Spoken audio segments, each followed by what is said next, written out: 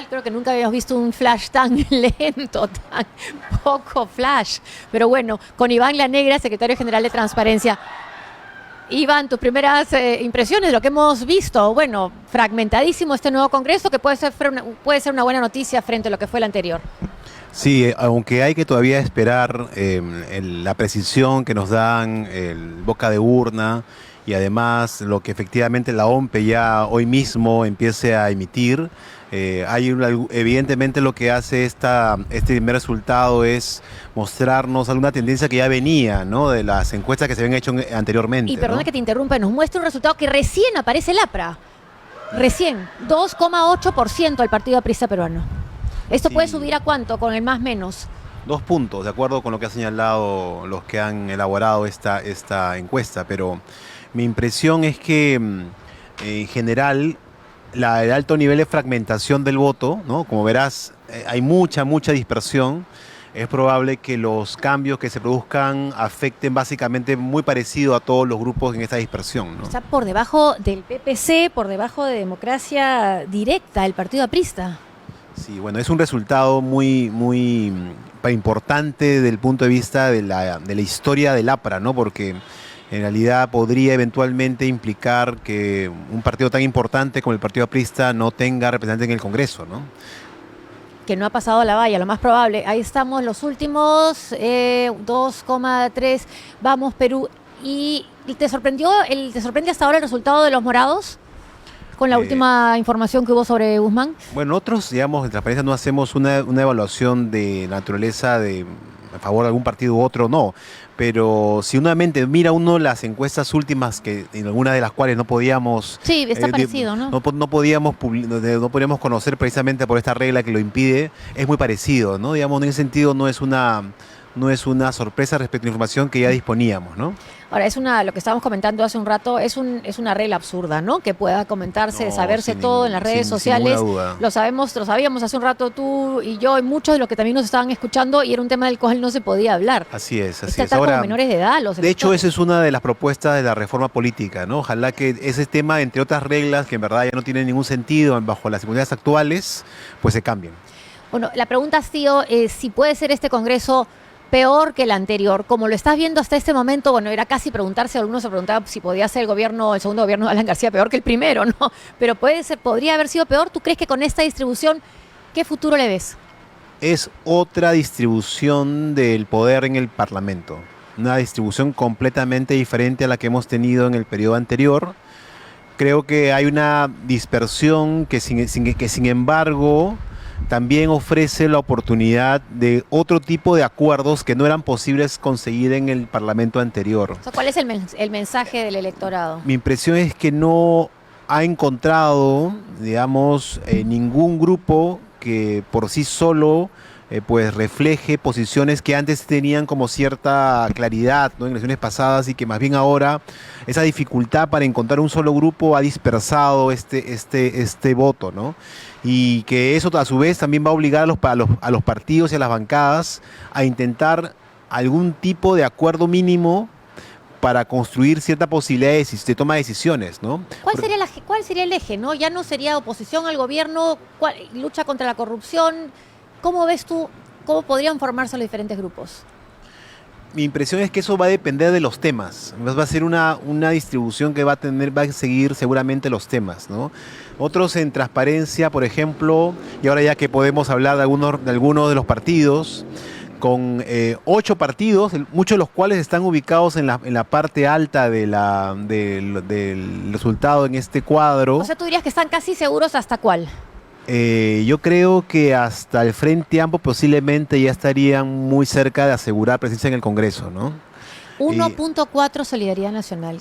O sea, Sí. el electorado no quiere entonces esas posiciones extremas, ultraconservadoras que nos Creo que hay un pusieron. electorado sin duda conservador en el país, ¿no? Pero creo que ni ese electorado siquiera se ha sentido identificado con esa propuesta, como parece quedar claro en Creo que esa... hay más gente en las en marchas esa- de en con mis hijos esa- no te metas que con esa sí. votación, ¿no? Pero no quiere decir que no haya un electorado conservador importante en el país, ¿no? Yo creo que hay que leer estos resultados también con ese detalle, ¿no? Digamos, si tú eres conservador, ¿por quién has preferido en lugar de este otro ¿Y a grupo, quién ¿no? crees que ha preferido ese sector? Bueno, hay varios actores, ¿no?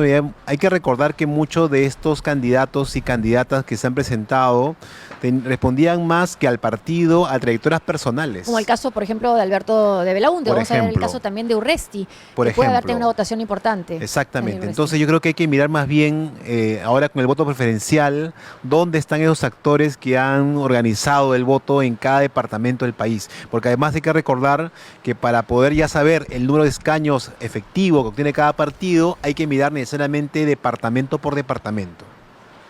Y algunos tienen sus bastiones, por ejemplo, APP. Imaginemos, Es el tú norte. tienes un departamento donde hay 4 escaños. Eso quiere decir que a lo más los 4 mejores resultados obtendrán representación.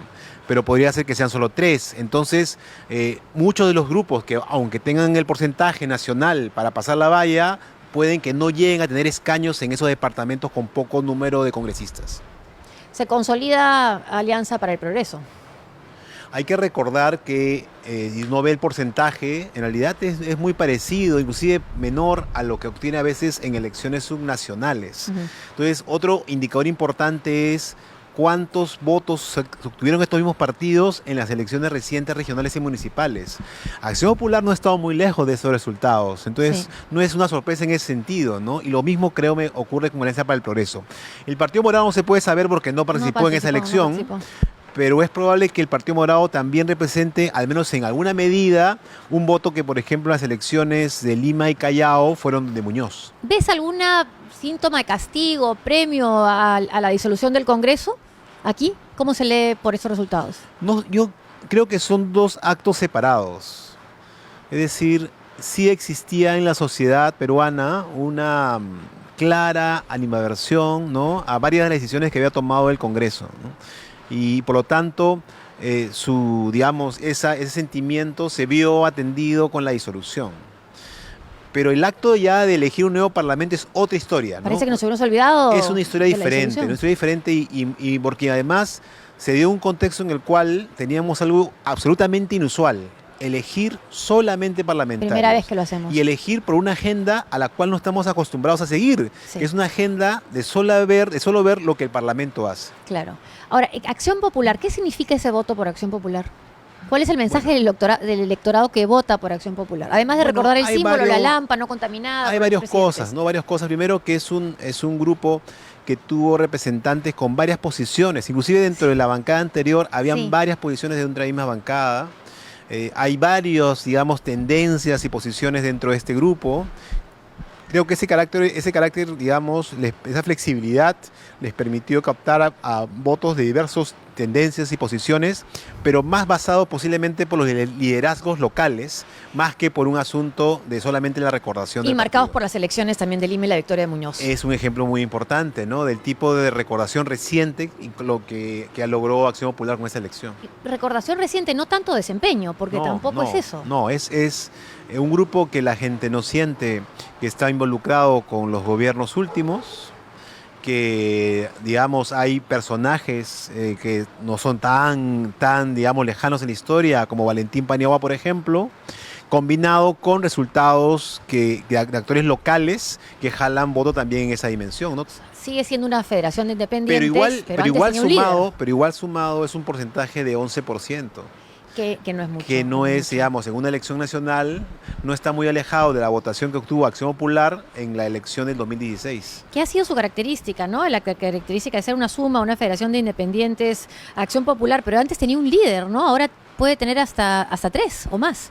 Es lo que llama la atención. Habrá que ver finalmente quién es, por ejemplo, el candidato a la presidencia en la próxima elección, Porque ¿no? llama la atención en su programa para las elecciones, para estas elecciones congresales, dejan como un punto suelto, aparte de sus propuestas, el tema del enfoque de género. Y dicen que ese es acá está, tema libre.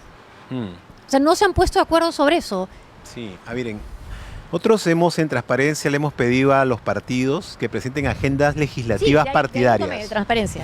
Exactamente, es un esfuerzo que hicimos porque en esta elección, donde todavía el voto preferencial ha sobrevivido, existía eso que hemos visto, ¿no?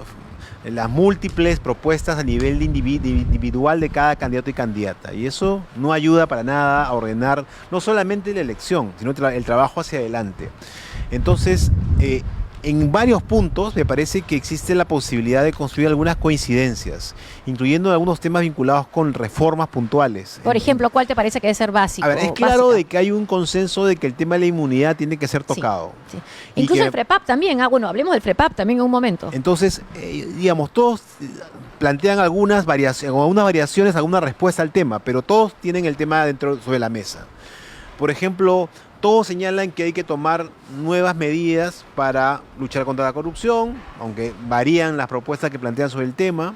Gran medida plantean de que tiene que haber una atención de los temas que han quedado pendientes de la reforma política, ¿no? Varios de los grupos que señalaron abiertamente que esto iba a ser un asunto de su agenda están dentro ahora del Parlamento.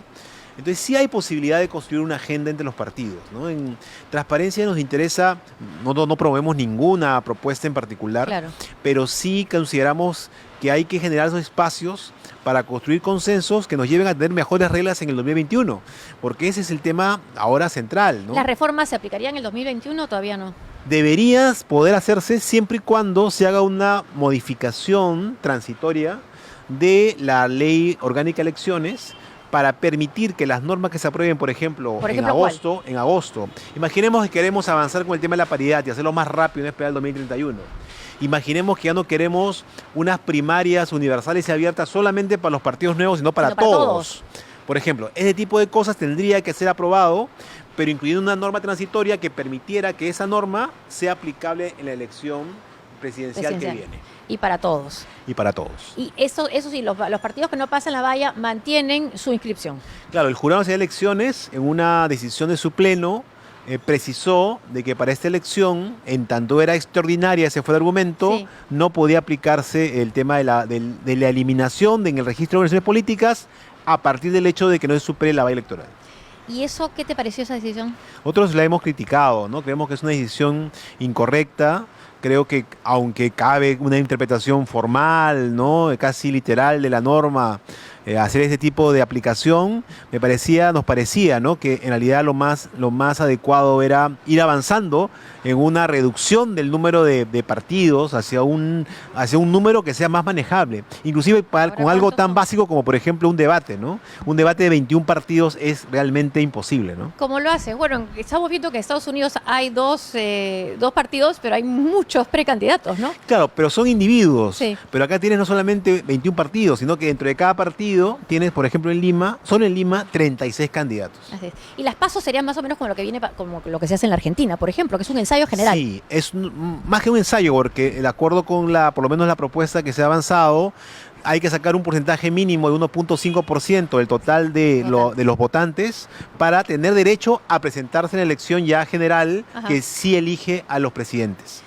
El tema de la bicameralidad, que fue rechazado en el referéndum, está sin embargo en varias propuestas de estos partidos que han llegado o que van a llegar al Congreso, muy probablemente. Así es. ¿Te sorprende? No me sorprende. Creo que es un tema que desde el punto de vista, por lo menos, de una evaluación, ¿no?, objetiva, puede ayudar. No es que va a resolver los problemas, pero puede ayudar los problemas de representación en la medida que implique un aumento en el número de congresistas y que mejore la relación entre población versus congresistas, ¿no? Hoy en día es muy baja, ¿no? Digamos, tenemos muy pocos congresistas para tantos millones de ciudadanos que tenemos que representar. Pero el problema es el tiempo, ¿no? Si alcanzará el tiempo para hacer un cambio donde además tenemos un referéndum en el cual se votó, ¿no?, abiertamente en contra de esa opción. Estamos viendo ahí las reacciones en el Frente Amplio, ¿no? A ver, que puede pasar la valla. Sí, digamos, recuerden que hay dos formas de pasar la valla, ¿no? Una forma es 5% de la votación de válidos a nivel nacional y la otra es obtener 7 congresistas, pero esos 7 tienen que pertenecer al menos a 2 distritos electorales diferentes. O sea, podría ser en Lima 5 y uno en Puno, uno en Cusco y también pasa la valla. Basta, o 6 en Lima y uno fuera. Y uno fue en otro lugar. Y con eso pasa la valla. O sea, y están cerca, ya, ellos pueden ya estar. Habrá que ver el resultado a nivel departamental, porque recuerda que eso se aplica por cada departamento. Y la suma, bueno, Juntos por el Perú sí está en una situación más difícil, ¿no? Sí, bueno, de acuerdo con esa información, habrá que confirmarlo, pero está, digamos, justamente en la línea, ¿no? Entonces sí, ahí veremos hacia dónde se inclina la situación. ¿Qué te dice eso de la izquierda en el Perú? Bueno, a ver, nosotros cuando vemos cómo los partidos de izquierda han, digamos, buscado siempre la representación de la población. Lo que normalmente ha pasado en las elecciones nacionales es que al final uno de los candidatos es el que logra finalmente atraer, ¿no? a todo el bloque, ¿no? Pero también ha ocurrido que digamos, esta división ha reducido en ocasiones su capacidad, su posibilidad de tener una mejor representación, ¿no? Es un tema que tendrá que evaluar desde luego los partidos de izquierda, ¿no? De cuál es la mejor opción para vías del 2021, perdón, ¿no? Pero esta elección seguramente les dará algunas lecciones a ellos como partidos, ¿no? Y el FREPAP, que vuelve al Congreso después de ¿cuánto tiempo? El año 2000 estuvieron en el Congreso. Estuvieron en el Congreso que se fue eligió en la época del presidente Fujimori y Toledo, ¿no? Y ahí tuvieron una representación. ¿Cuántos congresistas podrían tener con ese, si se mantiene ese 7%? Habrá que ver dónde obtienen la votación más importante, porque en recuerda la selva que tiene presencia, ¿no? Porque eso es donde le permitiría tener algunos de los escaños que requerirían, ¿no? Pero Lima, que es el que permite una mayor, digamos, representación en virtud de tener no muchos votos, seguramente uno o dos congresistas, no es lo más probable. Ahora, mirando sus propuestas legislativas, no son muy diferentes de las de los otros partidos, ¿no? Por ejemplo, el tema de la inmunidad, ¿no? O sea, no hay un tema religioso en esas propuestas, que por lo menos que se traduzca en su propuesta política. A ver, lo que ocurre es que acá a veces nosotros no estudiamos con detalle los fenómenos de los partidos políticos vinculados a grupos religiosos, pero en el caso del FREPAP, para empezar, hay que reconocer que es un partido que tiene una larga historia y que además ha logrado desarrollar un trabajo fuera de Lima significativo, ¿no? Fronteras. Y mi impresión inicial es que, por lo menos desde el punto de vista de su lado político, pues no sé si estoy en un punto distinto excesivo, pero bastante laico, ¿no? O sea, como no mezclar los temas vinculados a la parte religiosa con los temas propiamente políticos. Aquí están las propuestas: eliminación de la inmunidad parlamentaria, renuncia y revocatoria de congresistas, promover la instalación del Instituto de Investigación Agraria, ese es su tema también, el tema agrario, seguro complementario para el transporte público. Claro, son propuestas laicas, ¿no? ¿Cuál es tu impresión, tu lectura de lo que significa para la consolidación democrática de nuestro país estos resultados? Primero, que es muy importante, que estamos cerrando todo esto que se inició con la disolución del Congreso, con lo que la Constitución establecía como una obligación de convocar nuevas elecciones, de hacerlo dentro del plazo que establece la Constitución, de hacerlo mediante elecciones que de ahí nosotros hemos observado el proceso, se han desarrollado con normalidad, siempre hay pequeños incidentes, pero eso no ha implicado ninguna alteración significativa del proceso. Entonces, que estamos cerrando de acuerdo con la Constitución establece, ¿no? Con una sentencia del Tribunal Constitucional que ha, digamos, establecido también su punto de vista sobre la corrección en la aplicación de las reglas. Entonces, eso no es poca cosa, ¿no? No es poca cosa porque implica a un país que enfrenta eventualmente una situación difícil de enfrentamiento entre el gobierno y el ejecutivo y que encuentra un camino que es dentro del marco de la Constitución para resolverlo, y lo ha respetado. Eso, digamos, bien visto además en un contexto de América Latina, donde vemos dificultades para inclusive, ¿no?, encontrar rumbos para resolver eventualmente crisis, no es una mala noticia. Yo diría más bien, no es que sea lo ideal tener crisis de este tipo, desde luego, pero que las instituciones funcionen para resolverlo es una buena noticia. Y además quizás el mensaje sea después, volviendo a la disolución del Congreso, lo que no queremos es volver a tener una mayoría aplastante, obstruccionista, que no colabora, ¿no? Y por eso este voto así. Mayorías o minorías siempre pueden haber, ¿no? Creo que lo que genera una madurez democrática es que siempre tienen que manejarse entendiendo de que la democracia siempre funciona en base a equilibrios. Siempre funciona en base al respeto de ciertas reglas que impidan que nadie acumule demasiado poder, incluso si la opinión mayoritaria, si el voto ciudadano lo favorece ampliamente. Porque si hablamos quizás de voto de castigo en estas elecciones, el castigo sí haya sido a una mayoría arrogante, como se podría calificar a Fuerza Popular, o sea, el no querer volver a tener una mayoría con esa actitud. La ciudadanía, sin duda, y eso seguramente lo evaluarán los acá los expertos en temas de política, Claro. evaluarán, digamos, los cambios que hay entre la votación de 2016 versus la del 2020, ¿no? Y dónde están las variaciones reales y dónde pueden ser un poco, digamos, variaciones que no lo son tanto, ¿no? Nosotros decimos tenemos una constante inestabilidad, ¿no? Pero al mismo tiempo es como una permanente sensación de que todo es diferente, pero cuando miras las cosas a profundidad te das cuenta que tan diferente no es tampoco, ¿no? Que hay ciertos patrones de continuidad Por ejemplo, en las elecciones. Por ejemplo, ¿qué sectores tuvieron una votación por ciertos partidos de izquierda o vinculados con la izquierda y cómo eso se expresa en una elección como la de hoy, ¿no? Sectores que más bien buscaban una solución más vinculada a grupos, digamos, liberales o no, un sector, digamos, derecha liberal, ¿dónde están ahora, ¿no? Muchas veces... ¿y dónde los ves ahora la derecha liberal? En Acción Popular. Por ejemplo, en alguna medida parte de esa propuesta ha estado en el Partido Morado, Sí. ¿no? Parte posiblemente en alguna medida como quizá algo en Somos Perú, quizás algo, ¿no? En Acción Popular. Pero eso es el tema. Como no tenemos un tema de partido sólido, esas identidades no encuentran una oferta constante, ¿no? Se encuentra en personas. Se quizás. encuentran en personas. Y ahí todavía por eso el voto preferencial quizás tenga sentido. Sí, no debería ser, ¿No te gusta? deberíamos eliminarlo para generar más incentivos a que no sigamos en esa forma de operar, ¿no? Iván, muchas gracias. No, a ti, Josefina, Agradecemos muchas a gracias Iván por Lanegra. la gentileza Gracias. de ser el primero, además de hablar después de Boca de Urna. Muchas gracias, Gracias, gracias. Iván Lanegra, secretario general de Transparencia. Volvemos a un instante con Javier Torres, Laura Arroyo y Pablo Vilca. Muchas gracias.